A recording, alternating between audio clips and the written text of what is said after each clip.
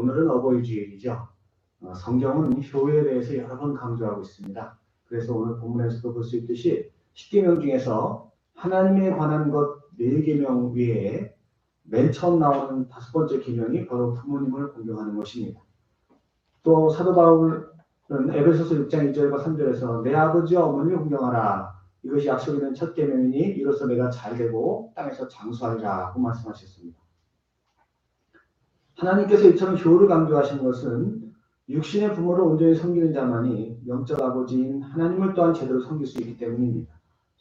보이는 육신의 부모를 제대로 섬기지 못하는 사람이 보이지 아니하는 하나님을 제대로 섬길 수 없는 것입니다. 한편으로 부모를 공경하고 섬기는 사람은 또한 하나님을 알면 알수록 더욱 그분을 사랑하고 그분을 기쁘시게 하는 성도가 될 줄로 믿습니다. 아멘. 또 이처럼 부모를 공경하고 나아가서 하나님을 공경할 때 오늘 본문에서 그리하면 이라고 하셨어요.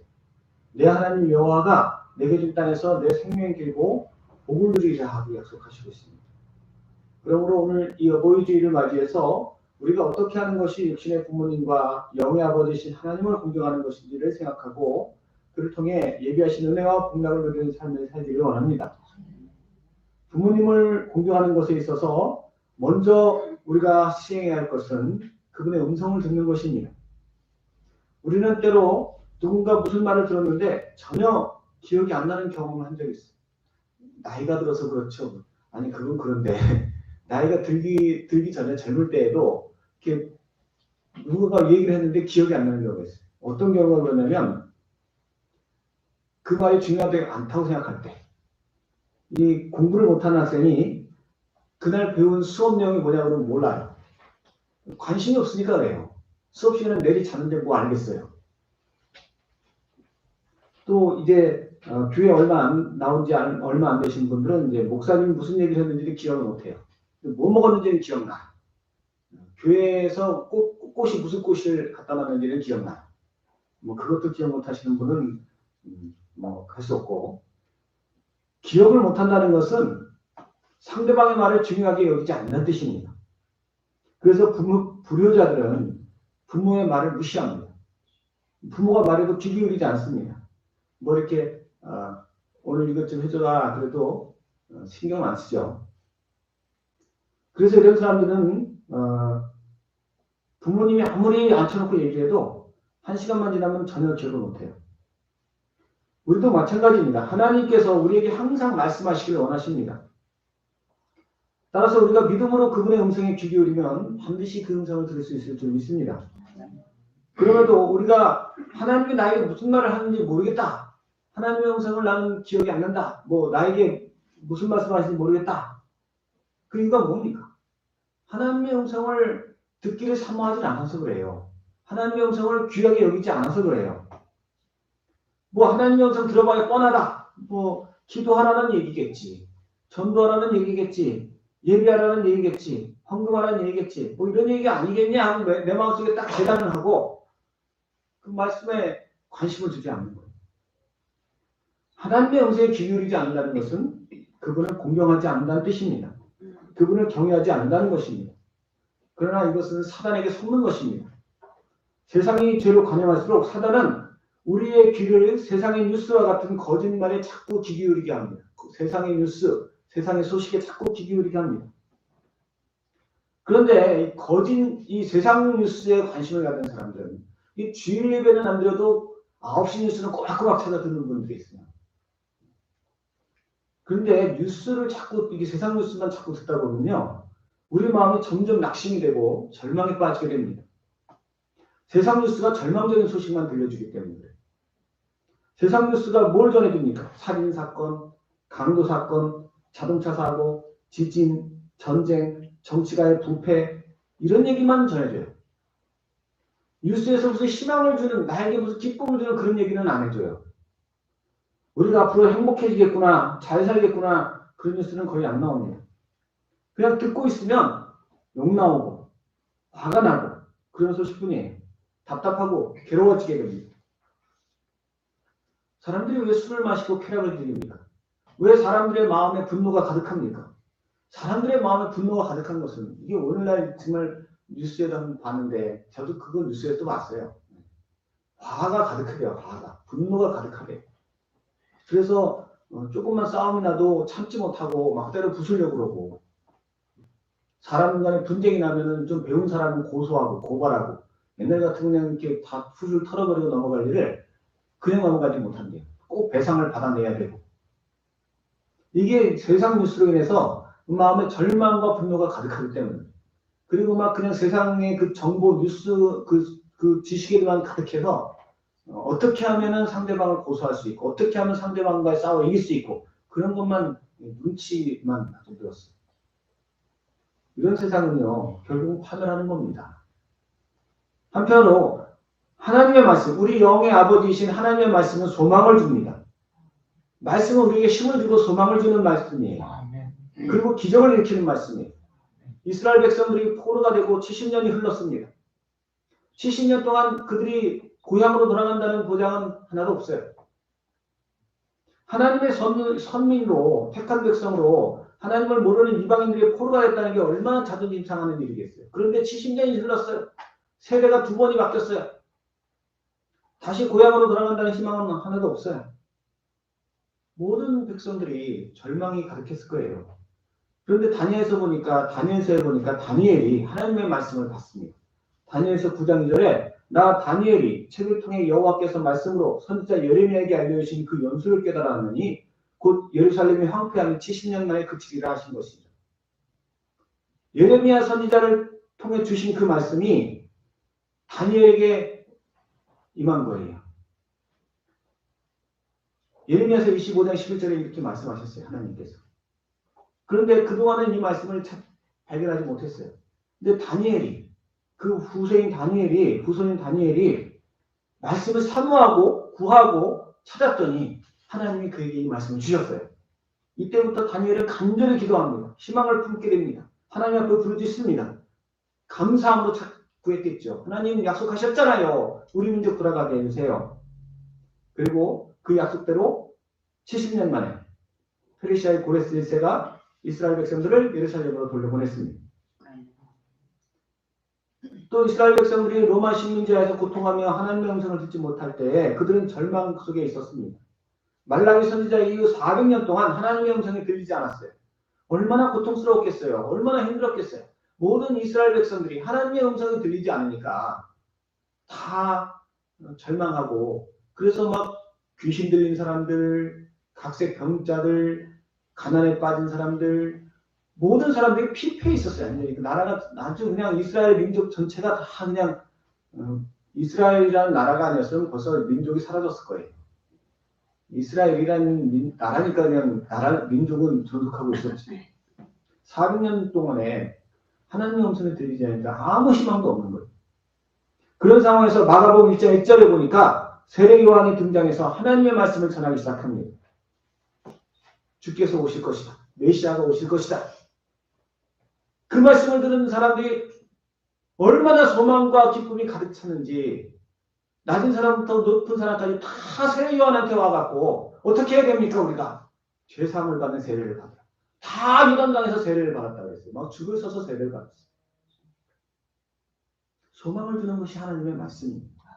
우리에게도 소망은 하나님의 말씀뿐입니다. 그 음성을 들어야 우리가 소망을 갖고 살아갈 수 있어요. 내 소망이 뭡니까? 적금 타는 거예요? 내 소망이 뭡니까? 내 아들 취직하는 거예요? 내 소망이 뭡니까? 세상의 것은 소망이 되지 않아요. 어떤 분이 그러더라고요. 홀로 돼서 자식을 키웠는데, 남매를 키웠는데 첫째가 공부를 열심히 했대요. 그래서 얘가 앞으로 잘 될 거 소망하고 열심히 그냥 뭐 식당도 나가고 그러면서 열심히 키웠대요. 그래갖고 명문대학을 나왔어요. 스카이를 나왔어요. SKY 어떤 대학은 나왔어요. 그리고 또 명문 아주 유명한 기업에 들어갔어요. 돈도 잘 벌었대요. 그런데 연봉이 뭐 1억대가 넘는데 그렇게 딱 그런 회사에 들어가니까 씀씀이가 커져갖고 버는 게 아니라 이게, 그들 나중에 좀 시간이 지난 다음에는 그러더래요. 어머니한테 와서. 제가 이제 결혼을 하려고 하는데 결혼하면 얼마를 대줄 수 있어요? 아니, 생각해보세요. 이 애가 평생 여자 몸으로 어떻게 뭐 돈을 많이 버는 것도 아니고 그렇게 힘들게 키웠더니 그렇게 억대 연봉을 받으면 지가 알아서 장가를 가면 되잖아요. 뭐 얼마를 대줄 수 있냐고. 그래갖고 그분이 그랬대요. 내가 어떻게 대주냐 그랬더니 그런 사정을 얘기했더니 아들이 하는 얘기가 그럼 난 결혼 못하지. 라는 소리를 하더래요. 그래서 어머니가 기가 막혀갖고 내가 죽으면 4만 보험금은 나올 거다 이랬대. 그런 소리는 하지 말라고. 그게 진심도 아닌 것 같더래 그분이. 세상은요 절대 소망이 될 수 없는 거예요 우리한테.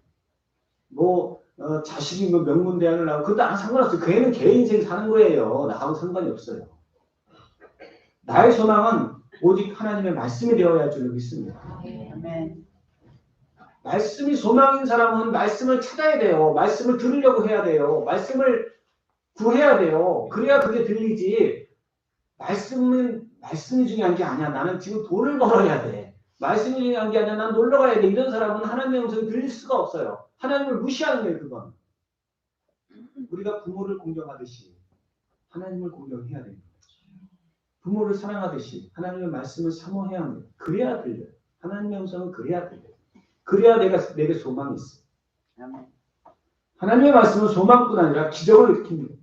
아브라함이 자식이 없을 때 창세기 18장 10절에 보니까 내년 이맘때 내가 반드시 내게로 돌아오리니 내 아내 사라에게 아들이 있으리라. 그러자 90세 된 사라가 장막중에서 웃었어요. 내가 90이 됐는데 어떻게 아들을 낳아. 그런데 1년 후에 자식이 태어났어요. 이삭이 태어났어요. 하나님의 음성을 주시니까 그게 기적이 일어나는 거예요. 그래서 모세는 신명기 6장 4절에 이스라엘아 들으라. 곧 쉐마 이스라엘 이렇게 말해요. 너희가 애굽을 탈출한 너희가 방황하는 민족이 되었는데 너에게 소망이 없어. 하나님의 음성을 들어라. 그래야 너희에게 소망이 있다. 너희가 하나님의 음성을 듣지 못하면 이 광야에서 쓰러져 죽든지 저 가나안 땅을 차지할 수 없어. 하나님의 음성을 들어라. 그래야 소망이 있다. 오늘 똑같이 우리에게 주시는 거예요. 너희들이 하나님의 음성을 들어야 산다. 하나님의 음성을 들어야 소망이 있다. 실제로 다윗 왕과 솔로몬 왕 때 이스라엘 백성들이 그분의 말씀에 귀 기울이고 그 음성에 순종할 때 그들은 복을 받았고 주변 국가들을 두려워 떨게 했습니다. 우리는 영의 아버지이신 하나님의 음성을 사모해야 합니다. 그럴 때 하나님께서 그리하면 내 복을 우리에게 주실 줄로 믿습니다. 이를 위해서 우리가 육신의 부모님의 말씀을 잘 들어야 합니다. 이건 훈련이에요. 내가 보이는 부모님에게 순종해야 하나님에게도 순종할 수 있는 거예요. 그분의 음성을 자꾸 들으려 해야 하나님의 음성도 들을 수 있는 거예요. 또 영적 지도자인 목사님의 말씀도 잘 들으시기 바랍니다.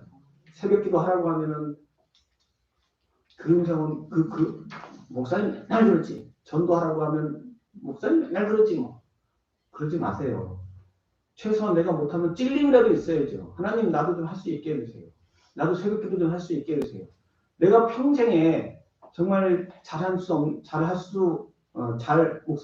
하나님께 새벽 기도 잘 안 나오시던 분이 새벽 기도 나오면은 목사가 이렇게 저절로 얼굴에 웃음꽃이 펴요. 얼마나 행복한지. 저분이 새벽 기도를 나오셨네. 하나님은 얼마나 더 기쁘시겠어요. 목사를 기쁘게 하는 것이 하나님을 기쁘시게 하는 건 줄로 믿습니다. 두 번째로 우리가 부모를 공경하는 것은 그분을 영화롭게 하는 것입니다. 효경의 개종 명의장에 보면 이런 말씀이 있어요. 입신 행도 양명 어후세 이현 부모 효지 중녀라. 이 말은 후세의 이름을 떨쳐 부모를 영화롭게 하는 것이 효의 마침이라는 뜻입니다. 자식이 부모에게 최고의 효를 행하는 것은 이 세상에서 아름다운 이름을 남겨서 그 부모를 존귀하게 해야 한다는 것입니다. 부모님에게 맛있는 음식을 사드리고 부모님을 뭐 어디 좋은 데 구경시키고 이런 것보다는 아름다운 이름을 남겨서 야, 그 사람의 부모님이 당신이야? 참 그 자식 잘 줬어. 이런 말을 듣게 해야 하는 것이 효의 최고라는 것입니다. 사람이 못된 짓을 하면 자기만 욕먹는 게 아니라 그 부모도 함께 욕을 먹게 돼 있어요.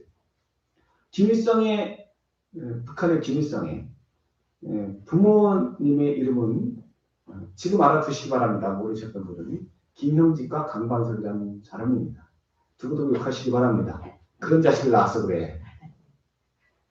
나라를 팔아먹은 이완용의 아버지는 이호석이라는 사람입니다. 모르셨다면 지금 알아두시기 바랍니다. 두고두고 욕하시기 바랍니다. 뭐 대단히 이렇게 욕을 많이 먹은 그런 사람을 거론할 것까지도 없어요. 한번 생각해 보세요. 내 자녀가 나가서 집만 나가면 친구들하고 싸워. 도둑질해. 경찰서에 맨날 불려가. 그러면 그 부모가 행복하겠어요?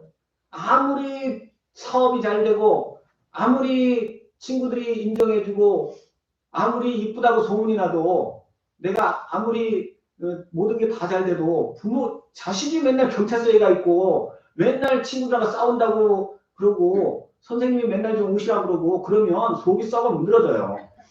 다른 거 다 필요 없어요. 자녀가 잘 돼야지.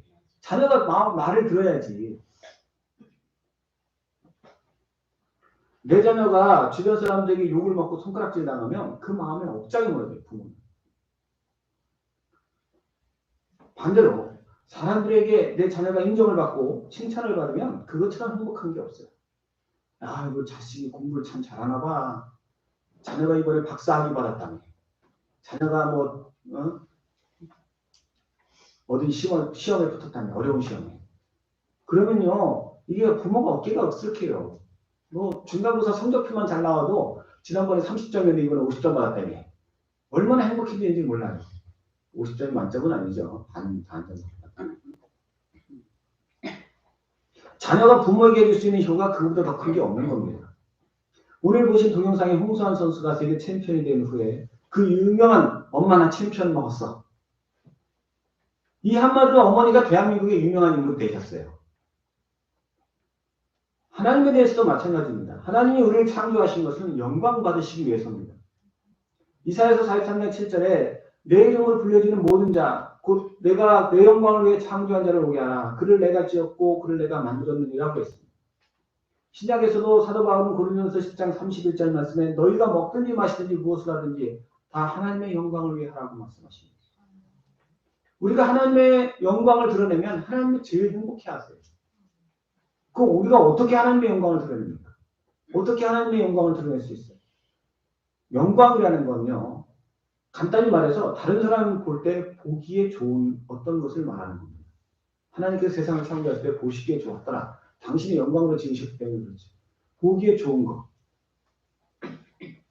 가령 어떤 사람이 예쁜 옷을 입고 화장을 하면 사람들이 다 예쁘다고 칭찬하죠. 자신의 영광을 드러내는 거예요. 어떤 사람이 열심히 공부해서 성적을 잘 받고 인생을 잘 살면 그것도 보기에 좋다고 합니다. 그런데 사람은 그렇게 영광스러운 존재는 아니에요. 실제로는. 아무리 이쁘게 입고 칭찬을 받아도 집에 가서 잠옷을 갈아입으면 그 영광은 사라집니다. 화장 지우면 다 사라지죠. 아무리 성공적인 인생을 살아도 자기보다 더 성공한 사람이 나오면 그 영광은 사라집니다. 영광이 오래가지 않아요. 그런데 효경에 아까 뭐라고 했냐면 후세의 이름을 떨쳐 부모를 명화롭게 하는 것이 효의 마침이다. 잠깐 사라지는 영광 갖고는 안 된다는 거예요. 후세에 걸쳐 대대로 영광을 떨쳐서 이름을 날려서 사람들에게 인정받아야 된다는 거예요. 그런 영광은 사람이 할 수 없어요. 그건 하나님만이 주실 수 있는 거예요. 사람의 노력으로는 진정한 효를 행할 수 없다는 겁니다. 우리 하나님께서만이 하실 수 있습니다. 그러므로 믿음의 성도가 영광을 드러내는 방법은 인간적인 노력을 통해서 되는 것이 아니고 오직 그분의 음성을 철저히 순종하는 방법밖에 없는 것입니다. 하나님은 전능하시고 우리는 아무것도 할 수 없는 존재입니다. 그래서 우리가 그분의 뜻에 순종할 때 하나님께서 우리를 통해서 당신의 영광을 드러내십니다. 우리가 그분의 음성에 순종하면 아무리 미약하고 부족한 자라도 하나님은 당신의 영광을 나타내는 존재가 되게 하십니다. 출애굽기에 보면 80세의 노인인 모세가 미디안의 양치기로 늙어가고 있을 때 하나님께서 그를 통해서 그가 순종하니까 당시 최강인 애굽의 10가지 재앙을 내리시고 이스라엘 백성들을 출애굽시키셨습니다. 그리고 오늘날에 이르기까지 세상이 끝난 날까지 이 성경 말씀이 전파되는 곳에서 모세는 구약의 가장 위대한 선지자로 기억될 것입니다. 그의 부모인 아므람과 요게벳이 얼마나 행복하겠습니까? 그의 장인인 이드로가 또 얼마나 좋겠습니까? 아무리 미약한 사람도 순종하면 큰 영광을 나타내는 도구가 될 수 있어요. 모세의 제자였던 여호수아는요, 태어날 때부터 노예였어요. 노예. 하나도 못 배웠어요. 노예가 뭘 언제 공부를 해요? 노예는 배울 수가 없어요. 어려서부터 일을 해야 돼요.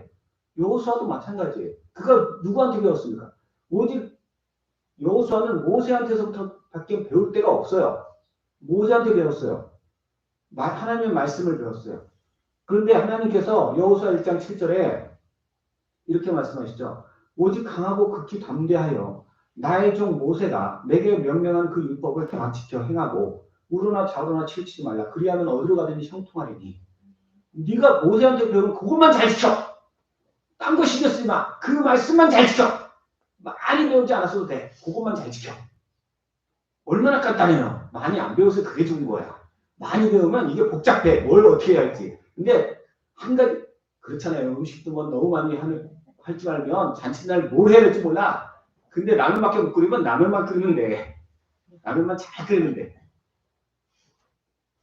잔칫날 뭐 라면만 배울 수는 없지만 그래요. 할 수 있는 게 그거밖에 없으니까. 저도 그래서 참 좋은 것 같아요. 제가 뭐 다른 걸 할 줄 알면 뭐 이렇게 복잡할 텐데 할 줄 아는 게 없으니까 못해. 근데 우리 예원 엄마는 굉장히 복잡해. 할 줄 아는 게 많으니까 성가대도 지휘해야 되죠. 어르신도 대접해야 되죠. 뭐 꽃도 사와야 되죠. 바빠요. 그런데 여호수아가 이 하나님의 말씀만 순종했더니 난공불락의 여리고성이 무너지죠.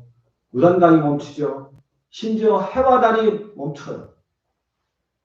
이스라엘 백성들이 그를 통해 하나님의 영광을 보았고 가나안과 다른 이방 민족들은 다 이스라엘 백성들을 두렵게 여기게 됐습니다. 지금까지도 여호수아는 해와 달을 멈춘 기적을 행한 가장 놀라운 능력을 행한 이게 누구는 홍해 바다가 갈라지는 게 가장 구약에서 큰 능력이라고 생각하는데 제 생각에는요. 해와 달이 멈추는 게 더 큰 능력 같아요. 우리 성도들은 어떻게 생각하는지 모르겠지만 저는 개인적으로 홍해 바다보다는 해와 달이 멈추는 게 더 대단하지 않나 그렇게 생각합니다. 이외에도 성경에 나오는 인물들은 다 다른 거 없어요. 뭐 성경에 나오는 다른 인물들이 무슨 무예가 출중해서 인물이 잘나서 무슨 뭐 공부를 많이 해서 하나님의 영광 나타내느냐 아닙니다. 오직 하나님의 말씀 하나 그냥 순종했더니 하나님이 영화롭게 하셨어요. 오직 그거 하나에만 집중하니까 하나님께서 그를 통해서 영광 받으셨어요. 오늘날은요, 죄악이 관영한 시대입니다. 예전에는 사람이 열심히 노력하면 개천에서 용도 나던 시대였어요. 정말 가난하게 살아도 큰아들이 대기업에 들어가면 사법고시 합격하면 인생의 가정이 다 풀렸어요. 근데 요즘에는 사법고시가 없어지니까 로스쿨을 가야 되는데 가난하면 로스쿨을 갈 수가 없어. 학비가 막 어마어마해요. 일반 사람은 가지도 못하겠어요. 앞으로 더 심해질 거예요. 의사 공부를 시키려고 하면은 이건 집 다 팔아야 돼. 가난한 사람이 진짜 개천에서 용나기가 힘들어요. 부모님을 영화롭게 하기는커녕 이 죄가 관영한 시대에는 내 몸 건사하기 힘들어요. 장가도 가기 힘들고 시집도 가기 힘들어요. 점점 더 시대가 악해질수록 이제 사람의 노력으로 할 수 있는 것이 거의 없어지는 시대예요. 이제는. 이런 시대에 우리가 할 수 있는 게 뭐예요? 하나님밖에 없어요. 우리가 믿을 건 하나님밖에 없어요. 하나님의 말씀에 순종할 때 하나님은 반드시 그를 통해 영광 받으십니다. 송명희 씨는 뇌성마비로 몸이 불편하신 분이 정상적인 삶을 사실 수 없는 분이 그런데 그가 주님을 만난 후에 그를 통해서 하나님이 많은 찬양 가사를 써서 하나님을 영화롭게 하셨습니다. 박모세라는 분이 있는데 이분은 태어날 때부터 두개골 기형으로 볼 수도 들을 수도 없는 분이 의사도 어떻게 할 수가 없다고 그냥 태어나라고. 근데 어머니가 이 애를 포기할 수가 없어서 교회에다가 맡기고 매일 교회 가서 하나님 앞에 부르짖고 기도하는 중에 7살쯤 됐을 때 아이가 찬송가를 따라 부르기 시작해요. 그래서 이 아이가 정상이 아닌데 이 음악을 그렇게 잘하는 거예요. 평창올림픽 개막식에서도 부르고 지금은 이제 백석대학교 성악과를 졸업하고 900회가 넘는 공연을 하고 있다고 해요. 하나님이 아무리 약한 자를 통해서도 그분을 의지하는 자를 절대 포기하지 않으십니다. 반드시 복 주시고 복 주십니다. 2011년 제가 목 디스크 걸렸을 때 우리 예원 엄마가 간절히 기도하는 중에 요한복음 11장 23절을 말씀을 주셨어요. 내 오라비가 다시 살아나리라. 이 말씀을 우리 예원 엄마가 수술하지 않고 나을 줄로 믿습니다 하고 받았어요. 정말 그 말씀대로 저는 수술하지 않고 깨끗이 나와서 지금도 가끔 그 간증을 해요. 만약 예원 엄마가 말씀을 받지 못했고 제가 수술했다면 그게 어떻게 간증거리가 되겠습니까? 지금도 막 이만큼 흉터가 있겠죠. 우리 모든 성도님께서 그 음성을 사모하시기 바랍니다. 아멘. 오늘 보신 홍수환 장모님 이제 다음 주에 오시겠지만 그분도 태어나기를 교회에서 태어나셨대요. 그분은 그 대대로 그 전쟁통에 태어나셨는데 하도 폭격이 심하고 병원도 없었나 봐요. 장춘도에는 신광교에서 태어나셨다고. 그 가난한 살림에 세계 챔피언까지 올라갈 줄 누가 알았습니까? 제대로 먹지도 못하는데 어머니가 식당 하시면서 뭐 제대로 먹이셨다고 뭐 음식을 제대로 이렇게 갖고 오셔서 먹이셨다고 하시는데 그거 갖고 되겠어요. 하나님께서 당신을 의뢰하는 백성에게 할머니 때부터 그렇게 열심히 하나님을 섬기니까 그를 하나님이 영광 나타내는 도구로 삼으신 줄로 믿습니다. 아멘. 우리 모든 성도 여러분께서 하나님의 영광을 나타내서 하나님의 자녀된 도리를 다 하시기 바랍니다. 아멘. 내 부모를 위해서라도 내가 의롭게 살아야지. 내가 새벽 기도하는 것이 얼마나 의로운 일인가. 내가 한 사람 복음을 전해서 살리는 게 얼마나 의로운 일인가. 내가 다른 것을 못해도 이것을 통해서 우리 부모를 영화롭게 우리 하나님을 기쁘시게 하죠. 날마다 하나님 앞에 구하고 기도할 때 하나님이 지혜 주시고 믿음 주시고 능력 주셔서 더 크게 하나님과 부모님을 영화롭게 하는 그런 삶을 살게 하실 줄로 믿습니다.